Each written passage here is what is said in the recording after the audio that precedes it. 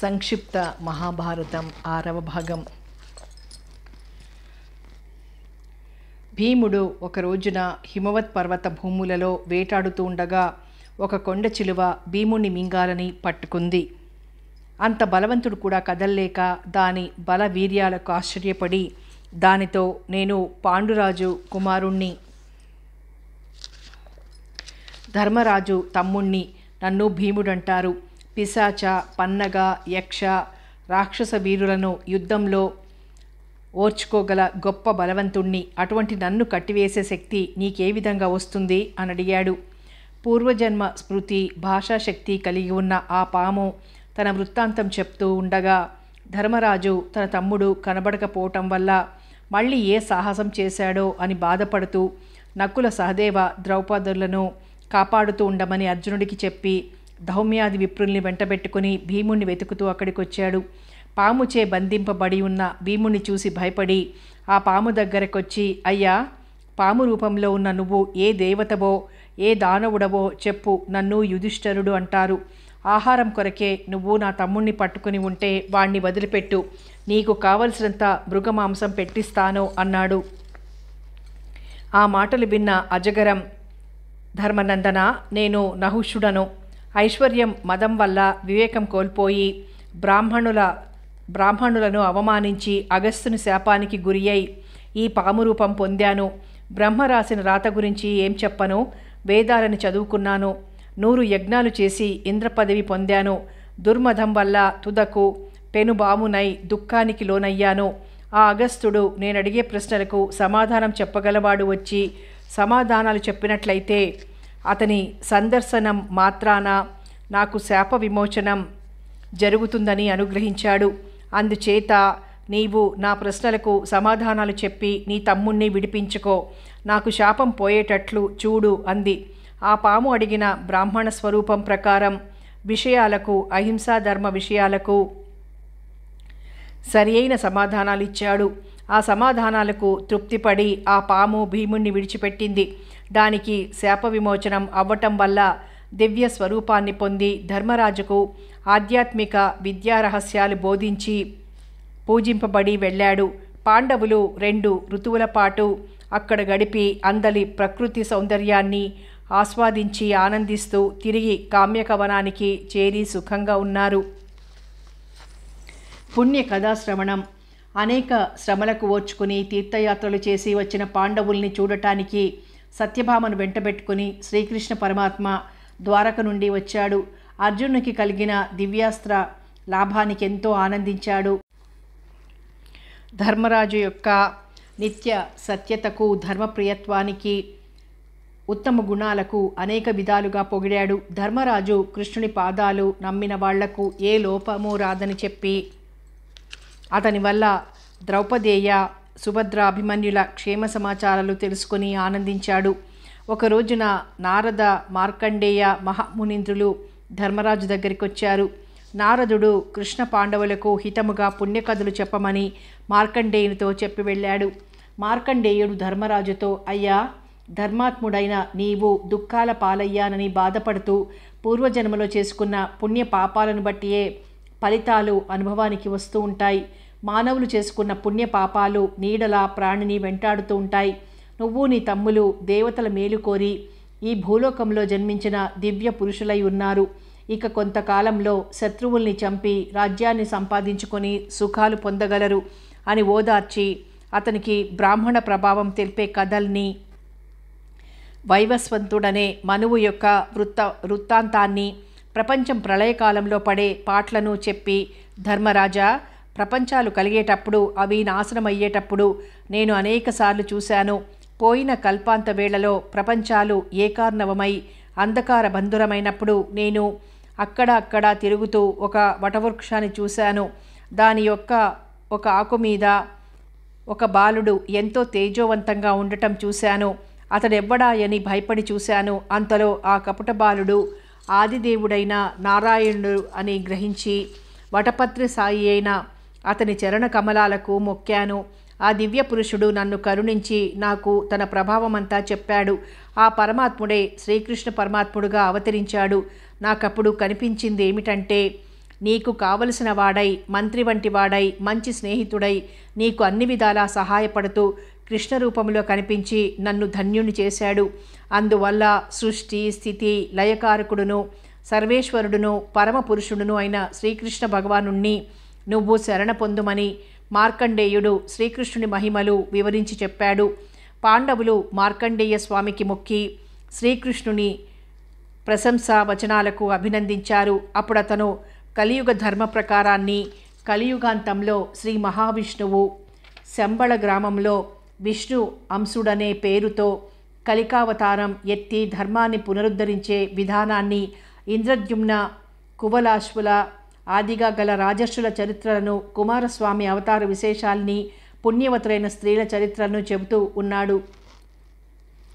మార్కండేయ మహర్షి పుణ్యకథలు చెప్తూ ఉంటే పాండవులంతా శ్రీకృష్ణునితో కూడి ఆ కథలు వింటూ ఉన్న సమయంలో ద్రౌపది, సత్యభామలు ఒక చోట కబుర్లు చెప్పుకుంటున్నారు. పాండవుల 5గురును ద్రౌపదిని ఎంతో ప్రేమతో చూచుకుంటూ ఉండటం గమనించిన సత్యభామ తాను కూడా తన భర్త అయిన జగన్నాథుని అపార ప్రేమ పొందాలని అనుకుని ద్రౌపదితో, ఆడవాళ్లకు భర్త యొక్క ప్రేమ పొందటానికి మంత్రతంత్ర ఔషధాలు, ఉపాయాలు అవుతాయా అని తెలివి తక్కువతనంతో అడిగింది. ద్రౌపది చిరునవ్వు నవ్వుతూ, మంత్రాల వల్ల, ఔషధాల వల్ల భర్తను వశం చేసుకోవటం అనేది తెలివి తక్కువ అవుతుంది. వాటిలో ఏ లోపం చేసినా మొదటికే మోసం వస్తుంది. ఆడవాళ్లు కపటంగా ఉండటం మానివేసి భర్త యొక్క భావాలు అర్థం చేసుకుంటూ అతని కోరికకు అనుకూలంగా పరిచర్యలు చేయటమే ధర్మం. అహంకారాన్ని, మదాన్ని వదిలిపెట్టి ఓర్పు, మెత్తదనం, సహనం కలిగి ఉండి చేసే పనులలో ఏ పొరపాటు లేకుండా నడుచుకోవడం మంచిది. అత్తగారి యందు భక్తి కలిగి ఆవిడ చెప్పే విధంగా పనులు చేస్తూ ఉండాలి. చెడ్డ స్త్రీలతో స్నేహం చెయ్యక నిర్మలంగా ఉండే కులవతులైన స్త్రీలతో స్నేహం చేస్తుండాలి అని చెప్పి స్త్రీ ధర్మాలు బోధించి శ్రీకృష్ణునికి భక్తి, వినయ సంభ్రమాలతో పరిచర్యలు చేయటమే నీకు గొప్ప సౌభాగ్య హేతువు అవుతుందని ఉపదేశించింది. సంతోషంతో సత్యభామ విషయాలు గ్రహించి వనవాస దుఃఖం పొందుతూ ఉన్న ద్రౌపదిని ఓదార్చి కౌగిలించుకొని వెళ్ళి రావటానికి ఆజ్ఞ అడిగింది. ఇంతలో కృష్ణుడు కూడా పాండవుల వద్ద సెలవు పుచ్చుకొని వచ్చాడు. కృష్ణుడు సత్యభామతో రథమెక్కి ద్వారవతికి వెళ్ళిపోయాడు. మార్కండేయుల వారు ధర్మరాజు ఆదుల్ని బోదార్చి వారి ఆశ్రమానికి వెళ్ళారు. అప్పుడు పాండవులు కామ్యకవనం వదిలిపెట్టి ద్వైతవనం చేరుకొని అక్కడుంటున్నారు. ఘోషయాత్ర. హస్తినాపురంలో ధృతరాష్ట్రుడు పాండవులు వనవాసం వల్ల పడుతూ ఉన్న కష్టాలు విని శోకించాడు.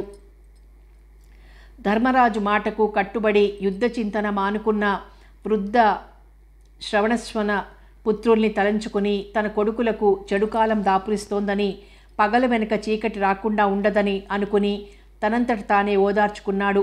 దుర్యోధనుడు శకుని, కర్ణుని చెడు మాటలు వింటూ ద్వైతవనంలో నార చీరలు కట్టుకొని కాయకూరలు తింటూ భరింపలేని అరణ్యవాస దుఃఖాన్ని అనుభవిస్తూ ఉన్న పాండవులకు తన వైభవాన్ని చూపించి ఏడిపించాలనే నిర్ణయానికొచ్చాడు. తన తండ్రి పాండవులున్న చోటుకి వెళ్ళటానికి అంగీకరించడని తెలుసు. అందుచేత గోరక్షణ నెపంతో గోపాలునొకని గరుసుకొని కర్ణ బాలంతో ధృతరాష్ట్రుడి వద్దకు వెళ్ళి ద్వైతవనంలో ఉన్న గోవుల్ని బాధిస్తూ ఉన్న దుష్టమృగాల్ని చంపటానికి వెళ్ళటం కోసం దుర్యోధనుడు ఆజ్ఞ అడిగాడు. అప్పుడు ధృతరాష్ట్రుడు పాండవులు అక్కడ ఉన్నారని చెప్పి, మీరు కనిపిస్తే వాళ్ళు సహించలేరని, వారిలో ప్రత్యేకించి అత్యుగ్ర భుజబలుడైన భీముడు సహనం కోల్పోయి కౌరవులందరినీ ఒక్క పెట్టున చంపగలడని, గోరక్షణకు ఎవళ్ళనైనా పంపించడం మంచిదని నిర్ణయించాడు. ఆ మాటలకు శకుని ఆక్షేపించి, పాండవులతో తమకేమీయూ పని లేదని, వాళ్లకు మేము అపకారం చేసినప్పటికీ వాళ్ళు సత్యవ్రతులై ఉండటం వల్ల వనవాసం, అజ్ఞాతవాసాలు పూర్తి కాకుండా కయ్యానికి కాలు దువ్వరని, ధర్మరాజుకు అతని తమ్ముళ్ళు లోబడియే ఉంటారని నచ్చజెప్పి, గోరక్షణ కార్యం అవటం వల్ల వేటకు అనుమతి ఇమ్మని ధృతరాష్ట్రుణ్ణి ప్రార్థించాడు. అప్పుడా గుడ్డిరాజు మదాంధ వృత్తులు కాకుండా గోవుల్ని కాపాడి రండని కొడుకులకు అనుమతి ఇచ్చాడు. అప్పుడు దుర్యోధనుడు ఘోషయాత్ర గురించి పురంలో ప్రకటింపజేశాడు. దివ్యాలంకార శోభితులై తమ్ముళ్లతోనూ కర్ణ గాంధారేయులతోనూ తక్కిన బంధువులతోనూ విట విదూష వంది వైతాళిక జనాలతోనూ మృగయా కుశలులైన వేటగాండ్రతోనూ తన వైభవం చాటుకుంటూ దుర్యోధన చక్రవర్తి ద్వైతవనంలో గోశాల ఉన్న చోటికి వచ్చి అక్కడ ఉన్న అనేక రకాలైన గో విశేషాల్ని చూచి సంతుష్టపడి ఇష్టమిత్రులతో తన ఇష్టం వచ్చినట్లు తిరుగుతూ అక్కడ ఉన్న సరోవరం సమీపంలో విహరించాలనుకుని తన సేవకుల్ని పిలిచి క్రీడాగృహాలు ఏర్పాటు చేయమని చెప్పాడు. ఆ కొలను దగ్గరలోనే ధర్మరాజు మునుల సాయంతో అప్పుడు సద్యస్కందం అనే యజ్ఞం చేస్తున్నాడు. దుర్యోధనుని సేవకులు ఆ సరోవరం దగ్గర విలాస మందిరాలు నిర్మించడానికి పూనుకున్నారు. అది చూచి కొందరు గంధర్వులు వచ్చి వాళ్లను అడ్డుకొని, ఈ చెరువు చిత్రసేనుడనే గంధర్వరాజుది, ఆయన తన నెచ్చెలులతో ఇక్కడ విహరిస్తూ ఉంటాడు కాబట్టి ఇతరులెవ్వరూ ఇక్కడ ఉండకూడదని చెప్పి వాళ్లను తరిమివేశారు. అది తెలిసిన దుర్యోధనుడు కోపంతో తన సైన్యంతోనూ తమ్ములతోనూ శకుని కర్ణాది వీరులతోనూ గంధర్వుల మీద దండెత్తాడు. చిత్రసేనుడికి ఈ వార్త తెలిసి వేల కొలది గంధర్వసేనతో వచ్చి కౌరవుల్ని ఎదిరించాడు. కర్ణుడు గంధర్వులపై తీవ్రమైన బాణాలు వేస్తూ యుద్ధంలో ధైర్యంగా నిలబడ్డాడు. కానీ గంధర్వులంతా చుట్టుముట్టి వాని రథాన్ని నుగ్గు చేశారు. రథం పోగొట్టుకున్న కర్ణుడు వికర్ణుడి రథం ఎక్కి యుద్ధభూమిలోంచి వెళ్ళిపోయాడు.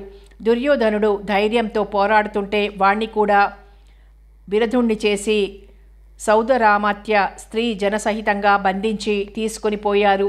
అప్పుడు కొందరు కౌరవామాత్యులు పరుగు పరుగున ధర్మరాజు దగ్గరికి పోయి శరణు వేడుకున్నారు.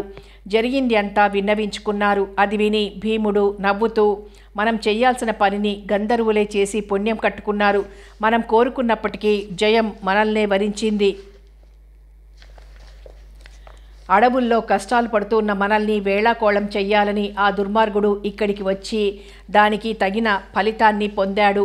వాడికి మనం దయతలచకూడదని అన్నగారైన ధర్మరాజుతో అన్నాడు. ధర్మరాజు భీముడితో, ఇది పరుషవాక్యాలకు సమయం కాదు.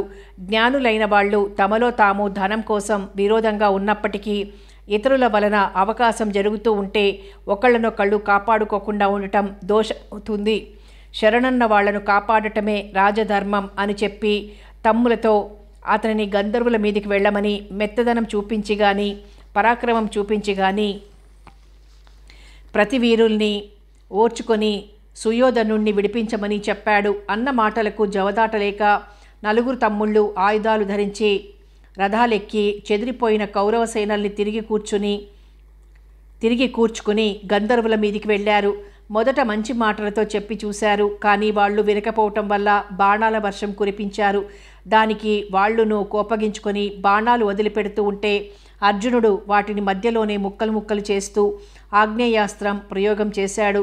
గంధర్వులు దిగాలు పడి చేసేది లేక మాయాయుద్ధం చేయటం మొదలుపెట్టారు. శబ్దాన్ని బట్టి అర్జునుడు బాణాలు ప్రయోగించి వాళ్లను యుద్ధభూమి నుండి తరిమేశాడు. అప్పుడు గంధర్వరాజైన చిత్రసేనుడు అర్జునునికి ప్రత్యక్షమయ్యాడు. అర్జునుడు సంతోషించి, వీరోత్తమా, నీకు ఈ విధంగా విరోధం తగునా? కౌరవపతిని విడుదల చెయ్యి అని తాను ధర్మరాజు పంపగా వచ్చానని వివరాలు చెప్పాడు. అర్జునునికి దుర్యోధనుని యొక్క దుష్ప్రారంభం అంతా చెప్పి భీమాదులతో ధర్మరాజును చూడటానికి వచ్చి ధర్మరాజు చేత పూజలందుకొని అతనికి ఇష్టమైన విధంగా ఉండటం కోసం దుర్యోధనాదుల్ని విడిచిపెట్టి అదృశ్యమయ్యాడు. ధర్మరాజు బంధమోక్షితుడైన దుర్యోధనుని చూసి ఇటువంటి సాహస కార్యాలు ఎప్పుడూ చెయ్యొద్దని మందలించి పంపించాడు. దుర్యోధనుడు సిగ్గుపడి విచారంతో వెళ్ళిపోయాడు.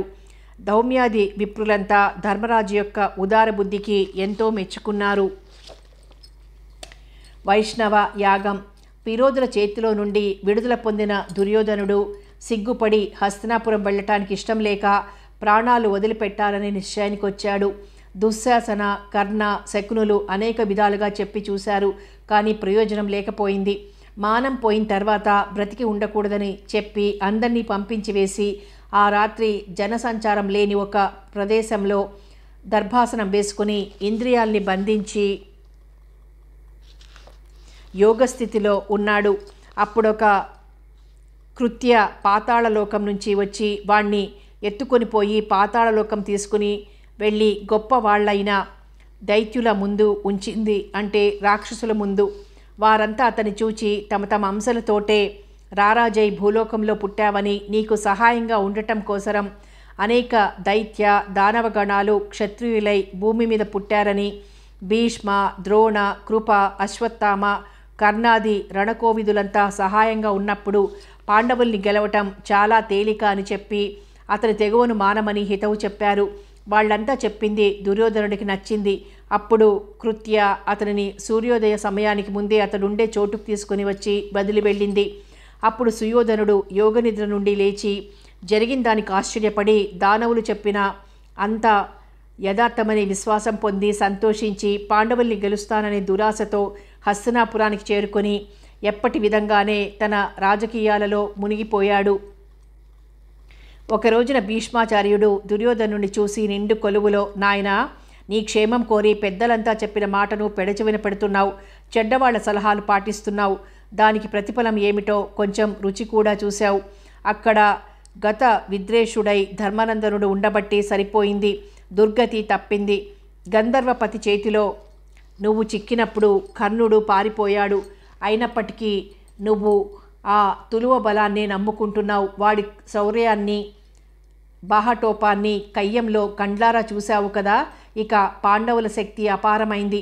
వాళ్లల్లో ఏ ఒక్కడికి వీడు పోలడు అని గంధర్వులతో జరిగిన యుద్ధం వల్ల తేలిపోయింది. ఇప్పుడైనా నా మాటలు విని పాండవులతో కలిసి సుఖంగా ఉండు, దురగ్రహం వదిలిపెట్టు అని చెప్పాడు. ఆ హితవచనాల్ని దుర్యోధనుడు లెక్కపెట్టకుండా తన తోడి తులవలతో నవ్వుకుంటూ సభలోంచి లేచి వెళ్ళిపోయాడు. వాళ్లతో మంతనాలు జరిపి తాను కూడా రాజసూయ యాగం చెయ్యాలని అనుకుని కర్ణుడితో చెప్పాడు. అప్పుడు ఆ కర్ణుడు రారాజుని రాజులందరినీ పిలిపించమని, బ్రాహ్మణులందరినీ ఆహ్వానించమని, యజ్ఞానికి తగిన ఏర్పాట్లన్నీ చేయించమని ప్రోత్సహించాడు. కానీ వారి పురోహితుడు పాండవుల్ని గెలుచుకొని రాజసూయం చేయటానికి అవకాశం లేదని, దానికి బదులుగా వైష్ణవమనే యాగం చేయమని చెప్పారు. దుర్యోధనుడు ధృతరాష్ట్ర, భీష్మ, విదురాదుల అనుమతిని అంగీకారాన్ని పొంది యజ్ఞానికి కావలసిన సామానులన్నీ సమకూర్చుకొని నానా దేశాధీశ్వరుల్ని రప్పించటానికి దూతల్ని పంపించాడు. ఆ దూతలలో ఒకడు పావులి దగ్గరకు వెళ్ళి రారాజు యొక్క ఆహ్వానాన్ని అందజేశాడు. ధర్మరాజు సుయోధనుడి యొక్క ప్రయత్నాన్ని మెచ్చుకొని వాసవ్రతం పూర్తి అయితే గాని హస్తినాపురం రాలేనని చెప్పాడు. అప్పుడు భీమసేనుడు ఆ దూతను చూచి 13 ఏండ్లు పూర్తయ్యాక ధర్మరాజు ధృతరాష్ట్ర సుత శత విషవమనే రణయజ్ఞానికి వస్తాడు గాని అంతవరకు రాజాలడు అని చెప్పమన్నాడు. దేశాల నుంచి రాజులంతా యజ్ఞం దగ్గరికి హాజరవటం కోసం హస్తినాపురం చేరుకున్నారు. వైష్ణవ యాగం జయప్రదంగా ముగిసింది. అనేక దేశాల నుంచి వచ్చిన బ్రాహ్మణుల్ని, రాజుల్ని దుర్యోధనుడు సన్మానించి వాళ్ల మెప్పును పొందాడు.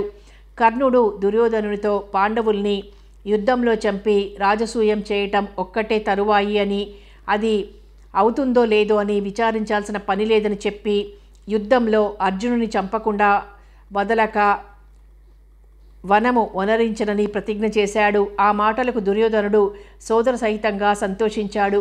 ధర్మరాజు కర్ణుని ప్రతిజ్ఞను గూర్చి విని భయపడి ఆలోచనలతో నిద్రపట్టక కాలం గడుపుతున్నాడు. 7వ భాగంలో మళ్ళీ కలుసుకుందాం.